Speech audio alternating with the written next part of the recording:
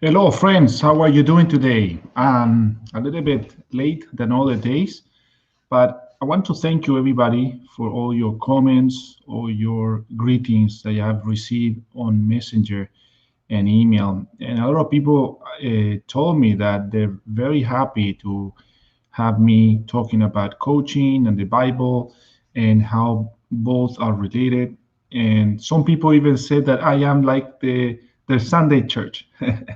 But in a good way, of course. No, there's nothing wrong with church, of course. So I want to thank you, everybody, for that. And I want to continue with our journey with Proverbs. These Proverbs have so much wisdom in it. And we really related with coaching because at the end of the day, I was just recently watching a video of Tony Robbins and Bob Proctor were saying the same thing. See, at the end of the day, all the coaches, what they do is they did a journey of sorrows, pain, and and bad things that happen in their life, and they were able to overcome them in a certain way.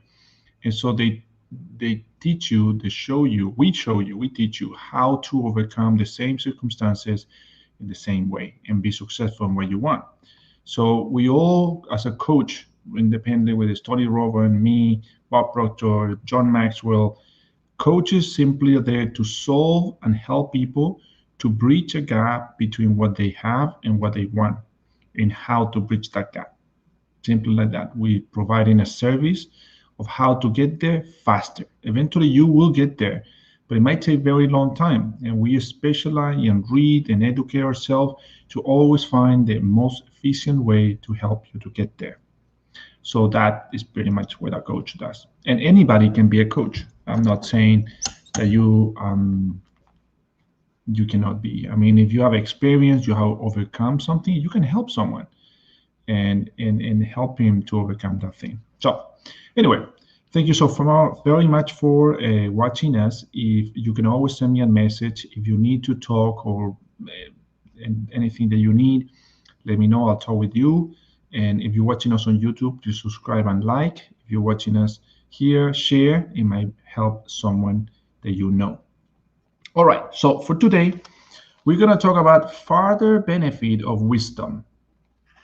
And here we said, my son, do not forget my teachings, but keep my commands in your heart, for they will prolong your life many years and bring you prosperity.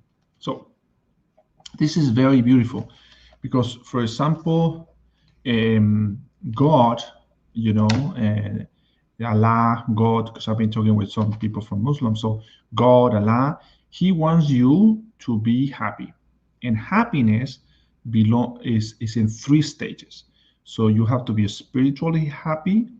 You have to have your body has to be healthy, happy, and you have to be financially happy. You see, in God, so God wants you to be happy.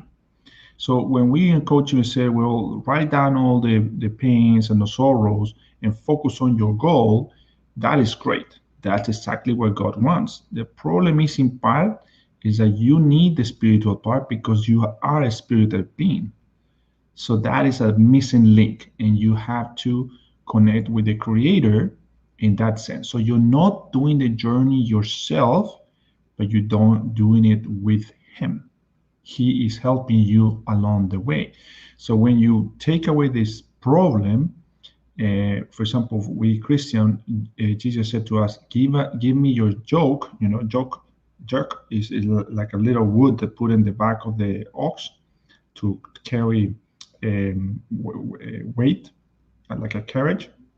So give me yours, and I'll give you mine that is light and easy. And give me yours. Give me your problems to me. I will take care of those problems, and you just focus on what you want. That's the whole idea. Give me the problem, and I'll take care of them, and you focus on what you want. Okay, focus on being productive, focus on being healthy and happy.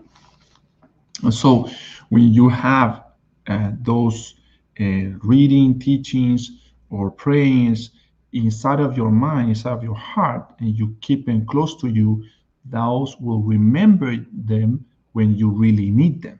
That's an important thing. So you want, eventually you'll feel that things, something cannot happen, something is not working out, right? So we said everything is possible with God.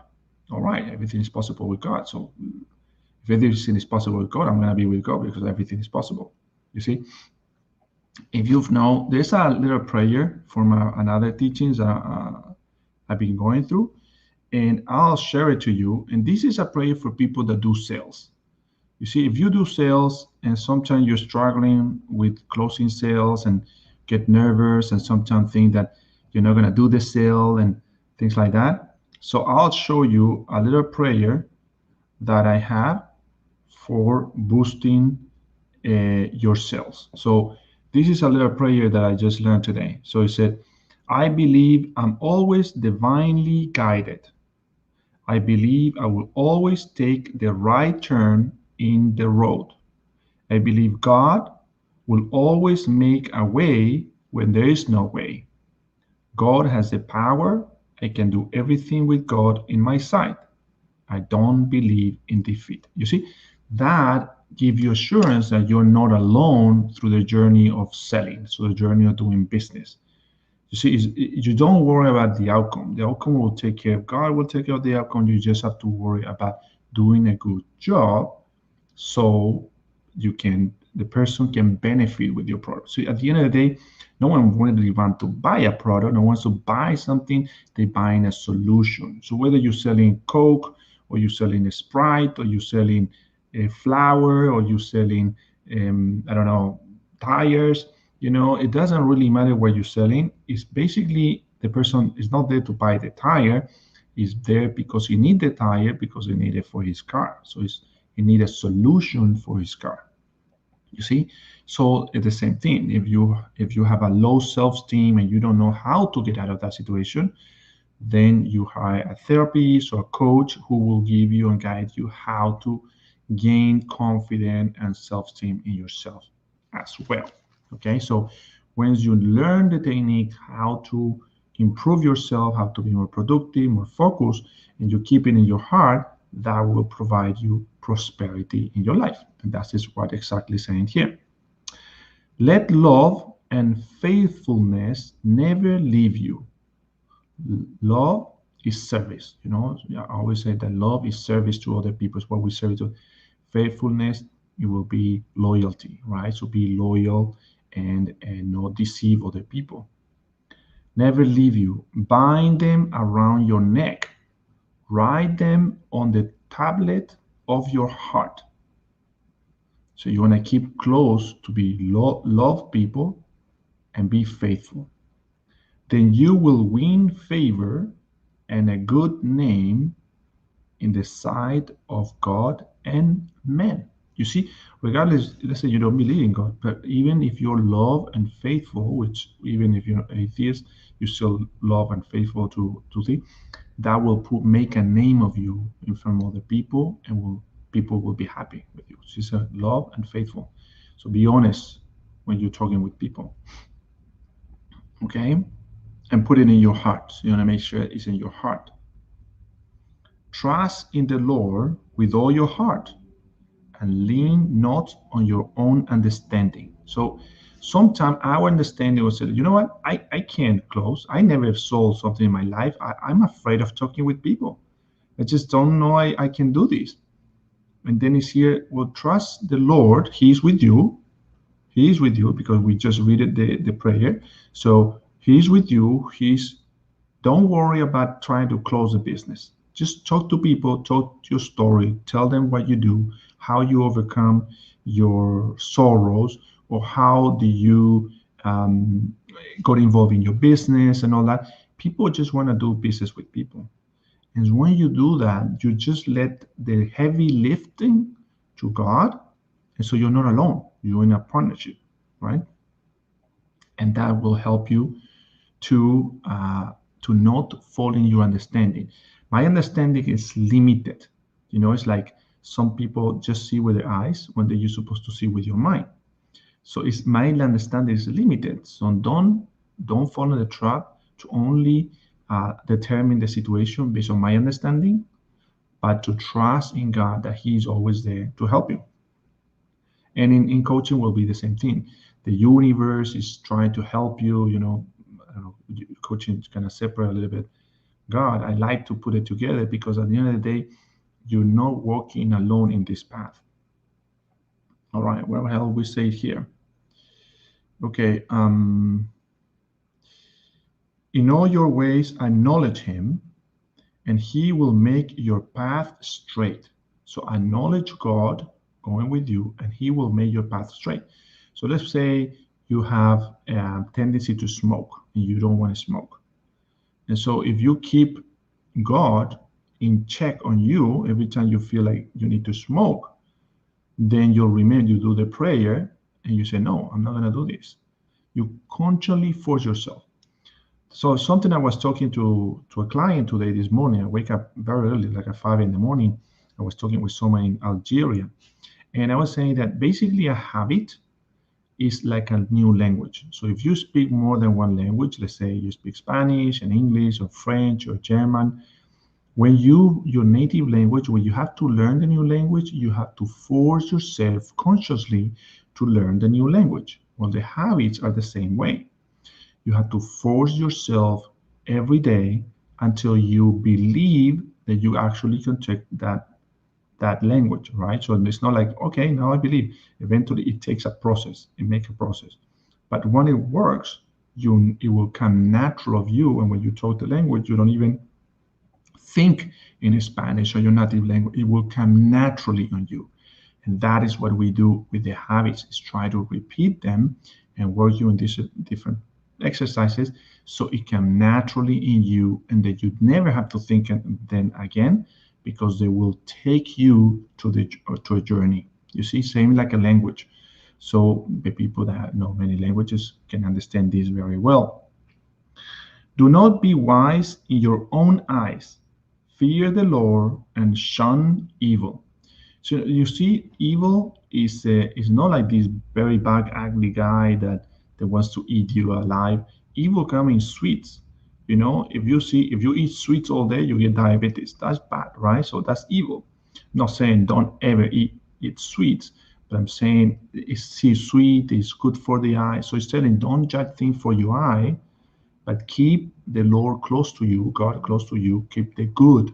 God is the good. Evil is the bad. So in other words, keep the good close to you. Keep the good close to you, and then your path will go straight, and you're not gonna drift away to the devil or the evil or the bad ones. All right. And the bad one, imagine that the bad one is a bad habit who wants you to stay stuck where you are and not move at all. And the good is a good habit who want you to move forward and be good. You see, I think so we say it, but in Romans, for example, in Romans 12:2 is a beautiful message about coaching. It talks about renewing your mind. And it said this, Romans 12:2, it said, and be not conformed to this world. Conform, the devil is in the world, is conformity. Not cowardice, but conformity. But be yet transformed by the renewing of your mind, that you may prove what is good and acceptable and perfect will of God. Your mind can be completely transformed. You said it beautiful, because in the coaching we said you need to renew your mind, transform your mind. And the Bible saying the same thing. You need to renew your mind, transform your mind. And we said, don't conform with your current situation. You have what you have because you create the habit to create what you have. But you want to have something more, you have to renew your mind, you have to change your programming. The Bible saying you gotta renew your mind. And we say, don't conform for what you have, but work for what you want. So what you have is what the world is giving you. It's what you believing that you are capable of doing. That is what the world. See, it's talked about the same thing. So honor the Lord with your wealth. Look at this. Honor the Lord with your wealth. So you have to be rich. You have to be wealthy. And then that way you honor the Lord. So the Lord wants you to have money, wants you to be prosperous and to help other people. With the first fruit of all your crops, then your barn will be filled to overflowing, and your vats will brim over with new wine. So basically, the first harvest, the first wealth you have, give the first to the Lord, and He will provide more. This is very interesting because, for example, if you buy a car, you got a car for something. If you buy shoes, you got shoes. There's always an exchange of something. But when you donate money to the church or to a non-profit, but you don't do it, my advice is don't do it for the honor of others knowing what you're doing. So if you're gonna give money, don't let your left hand know what your right hand is doing. So in other words, you don't seek praises from other people. So let's say you can donate $50,000. Make it cash, put it in the little box of the church so no one knows how in the world someone put $50,000 right there, or 10,000, or 1,000, or 100. You don't go out telling people what you did, because when you do it at secret, then God rewards you for doing that. He will provide more because He wants you to give more. He will provide more.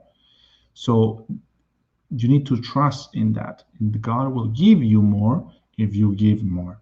But if you don't give, then He has no reason to give you more. You just have to struggle there. All right, all right. You got to trust in Him. My son, do not despise the Lord's discipline, and do not resent His rebuke, because the Lord disciplines those He loves, as fathers the son the son delights in. So we discipline our kids. We don't mean that we hate them. We love them, but we have to discipline because we want them to go straight in life. God wants the same thing, go straight in life. Discipline simply help you to go straight in life. It doesn't mean He wants you to be poor or nothing like that. God actually wants you to be wealthy, but He wants you to do it in a right way. If you're doing something wrong, then there's going to be consequences. That's why you have the Ten Commandments. You infringe the Ten Commandments, there's going to be consequences. You may say, oh, well, I don't deserve this. I'm a good person. I make a mistake, but I don't. Well, you make a mistake, you trespass one of the rules, and same thing. If you go to store and you steal, you're going to go to jail. You may say, I'm a good person. I wasn't intended. I was hungry, but still you stole and you're going to jail. You see, they are basically when they're disciplining you, say, hey, this is wrong. You're going to go to jail. Then when you get out of jail, don't do it again. It's simple like that. So blessed is the man who finds wisdom, the man who gains understanding, for she is more profitable than silver and yield better returns than gold. What it means this when you do wisdom, wisdom is knowing good and bad, and being able to choose the right way, and choose right. So good and bad, but you choose good because it's the right way. You choose bad because you're attached to it. So you choose good. And also you understand it, and then you apply it in your life, and you make your life fruitful. So you're healthy, you're happy, and you're wealthy. But to understand also that you will earn more than gold, it means that your understanding and your wisdom is in your mind. And you can mine in your mind more money than all the world in the world. So let's put it this way. Let's say an example. Let's say all the money in the world, all the money collecting, all the currencies of the world make 1 billion. 1 billion of whatever you want. 1 trillion, okay, whatever number, but let's say it's 1 billion. In your mind, you can add one more extra billion. You see, you can have all the resources, all the money in the world. In your mind, you create one more, you can double it, you can triple it, you can 4 times. So, for example, mining gold. You want to go mining gold. You have to invest probably $1 billion, and then the mine will return you maybe 5, 10 billion dollars a year, and you're gonna make a lot of money. That's 10 billion. But in your mind, you have to see it first, and you can say, you know what? We're gonna go and mine diamonds, and we're gonna make double the money. You see, your mind has the capability to make more because you have wisdom and understanding that the physical, that what you can see. So never judge things from what you can see, judge them from what you can see in your imagination. This is what they're talking about. She is more precious than rubies. Nothing you desire can compare with her. Long life is in her right hand, in her left hand are riches and honor. So look at this. It's telling you, if you renew your mind, if you gather wisdom, if you gather understanding, you're going to be prosperous. If you don't, you won't. So if you live in your limitation, your eye limitation, this is all you can see. Right now, if you're walking and you see around your house and this is all you can see, this is your world, that's it. There's no more. But if you close your mind and you see yourself in the beach, you see yourself traveling in private plane, helping people worldwide, making a difference in the world, you're gonna have that through wisdom and understanding. You see? That's the beauty of this. Your capabilities, your awareness of the opportunities that you can do is greater. For example, I was just talking with this person from Algeria, and she was young, and she speak Arabic, French, and English. Perfect, very good. And but the problem I've seen a lot of people in Africa. I coach a lot of people from Africa, and so one of the things I see is that they limit themselves from where they live. So I said to them, okay, my fee is this much. Oh my God, this is so much money here. I mean, I live with this amount. I live with this very little amount, and that is way too big for me. But I asked them, they limit themselves to what they earn. And I said, do you sell cars there? Yeah. Okay. And who buy those cars? How much? They say, oh, but those are the people who have money. Okay. Can you have money too? Well, I don't have money, but can you? Could you have money? Could you be living like them? And then I questioned them. I questioned the reasoning, and they said, "Yeah, I could." Okay, then you want that? No. Yes, I want that. Okay, that's a goal. And so you're gonna act and behave to act to go and do business with them, and not limit yourself in your conditioning. So it's basically a paradigm. It's basically a conditioning. You condition yourself to live in a certain way, but it's just a mental way. It has nothing to do with your capability. You can always do more and better. Her ways are pleasant ways, and all her paths are peace. She is a tree of life to those who embrace her. Those who lay hold of her will be blessed. Honor and wisdom. Look at all the beautiful honor, honor and wisdom and understanding. And this is what the coaching does. Connect you with your mind, with wisdom and understanding. And you got that, you can be prosperous in your life. By wisdom, the Lord laid the earth foundations. By understanding, he set the heaven in place. By his knowledge, the deep were divided, and the clouds let drop the dew. This is a long one, so we might continue tomorrow. So, in other words, wisdom and understanding. If you don't have a real idea of wisdom and understanding, Google it. Say, what is wisdom? What is understanding? Because coaching, what the coach does is provide wisdom and help you to understand. And what the Bible said, Romans 12, said, renew your mind. Do not be conformed to this world, but renew your mind and be transformed. What it means is let go the old you away, let it die, reborn, because you are renewing your mind, reborn, and enter the kingdom. And what's the kingdom? The good. So if you're living in the bad died, you renew yourself, reborn, and find the good. And that's all what we do. All right, guys, thank you so much. I'm gonna jump into the. Unfortunately, I won't be able to do the Spanish one because I have a call now at 1 p.m. But thank you so much for tuning in. I might do it later. Well, doesn't really matter for you guys. You all speak English, but the Spanish people will be a little bit disappointed. Maybe I'll do it maybe later today or tomorrow. So anyway, we'll finish here in Proverbs. So we did Proverbs 3 till 2020, 3:20 through 1 to 20. If you want to follow and read it again, read it. This is very amazing. It's exactly what I do as a coach, provide that wisdom and understanding so you can live a better life. That's all we do. So here in this little book, the Bible, well, actually, it's just the Proverbs. We are not reading on the Bible, but I mean, we have many weeks and days to read all this. All right, guys, thank you so much for tuning in, and I look forward to talking with you next week. Have a great day. Bye bye.